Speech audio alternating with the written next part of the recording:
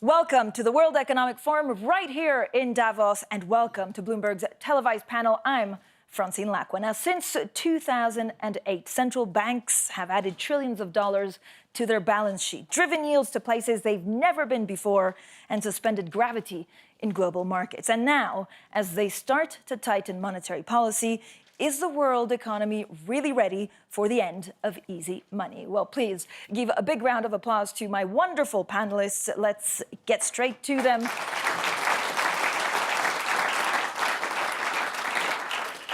Joining us now, Benoît Cœuré, he's ECB Executive Board Member, Cecilia Skingsley, Riksbank Deputy Governor, Ray Dalio, Bridgewater Associates Founder, Min Zhu, National Institute of Financial Research Chairman, and Axel Weber, the Chairman of UBS. So thank you for joining us. I think we need to straight start on currencies. So we'll get to inflation in a second, but Benoît Cœuré, there's been so much talk about whether we're entering a phase of currency wars. If we are, how much does that complicate the work of central banks? Well, good morning. No, really, I think the last thing the world needs today is a currency war. That is really the last thing the global economy needs today. We live in a world of floating exchange rates. We live in a world where exchange rates are not and should not be targeted for competitive purposes. That's what the G20 and G7 have agreed. And let's just stick to that. And we've seen lots of volatility being created recently by different statements. I think that's not helpful. Any discussion on the exchange rate should be sent back to where it belongs, which is multilateral bodies, which is G7 and G20. And that's where the discussion should take place. Meanwhile, volatility is not helpful. And if that would reach a point where this would create any unwarranted consequence for us, any unwarranted tightening of our monetary policy, we would have to reassess. Axel, the U.S. Treasury Secretary shows up and says, actually, a U.S. dollar weaker is better for trade. Then his boss says, well, but we're targeting maybe a higher dollar. Is that currency wars?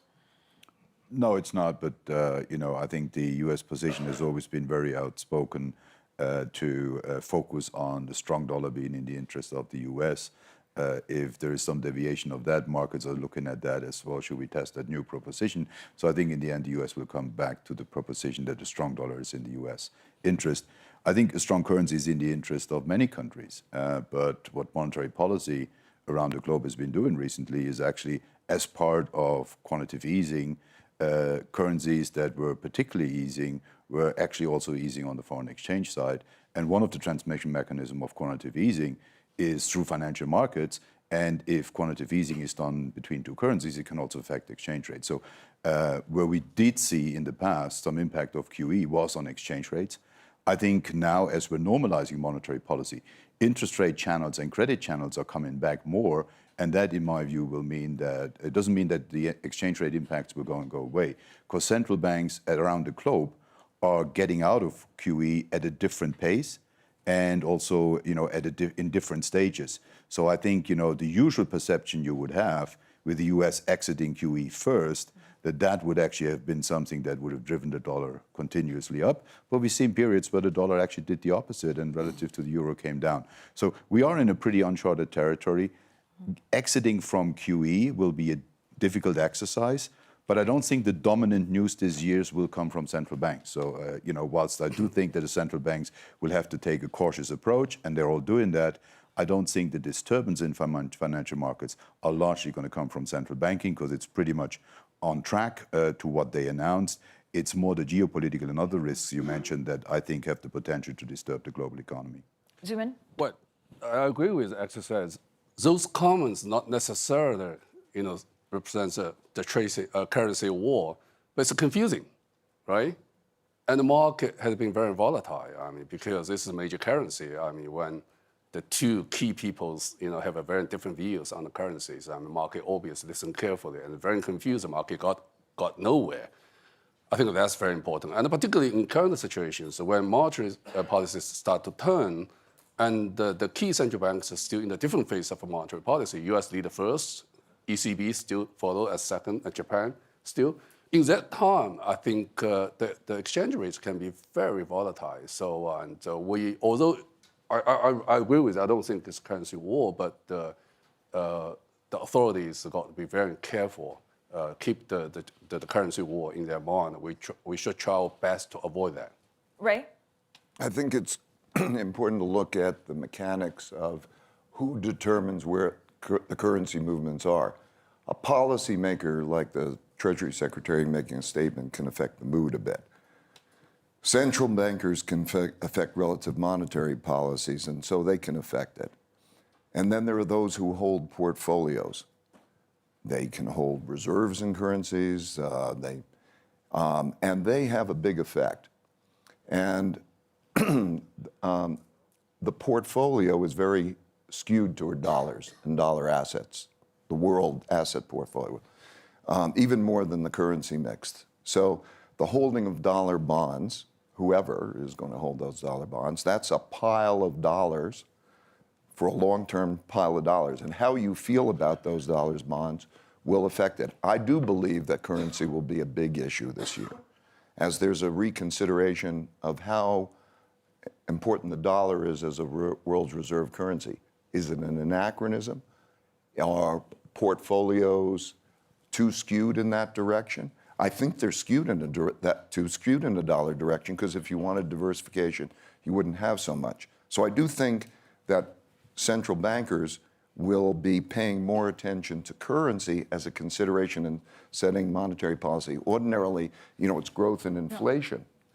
But growth, inflation, and currency, I think currency will be a factor in the next year. But Ray, they won't be used, or will they be used as a trade tool? I think central bankers will react to it, not cause it. Okay. Deputy Governor? Coming from a small open economy, we have to live with what the big elephants are doing out in the world economy.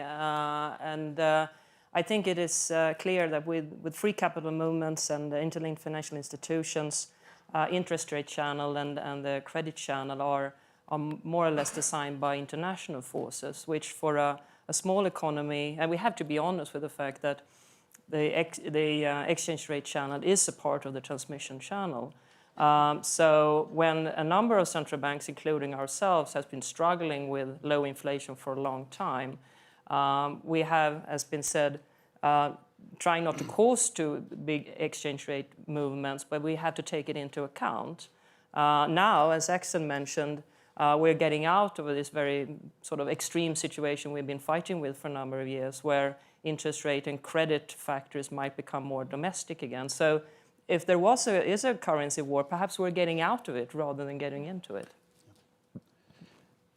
No, at the end, it's very simple. I mean, what we want to see is, exchange rates are driven by market forces, as they should.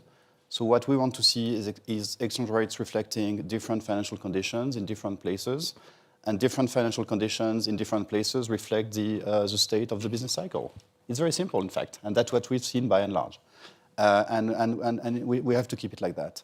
But I just wanted to highlight something Ray said, which is very important, which is that the dollar remains the main invoicing currency for the world, for trade invoicing, services invoicing.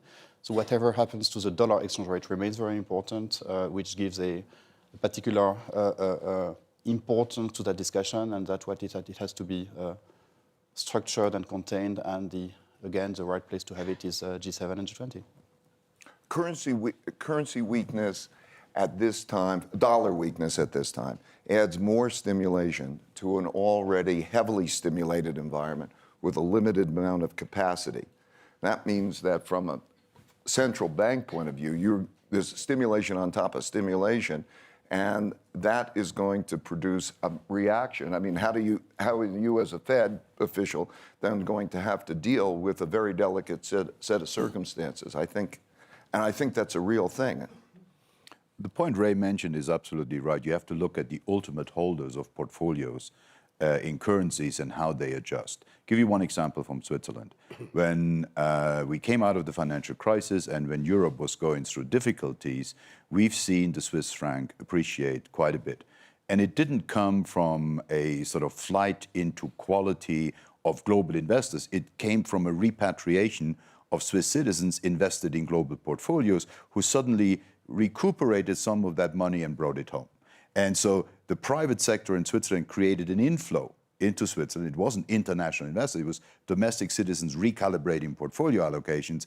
And then the Swiss National Bank, in order to offset that, because the Swiss franc was rising pretty heavily at that point in time, started an intervention policy where basically they try and stabilize the Swiss franc by intervening and buying assets abroad. So the Swiss QE was not buying Swiss government bonds or equity, it was buying European government bonds and equities and creating a structural outflow of liquidity in order to counterbalance that. So you can see how the two forces that Ray mentioned will always be in interplay, the official sector and what they do, and very often they react to a situation in the private markets rather than being actual drivers of these allocations.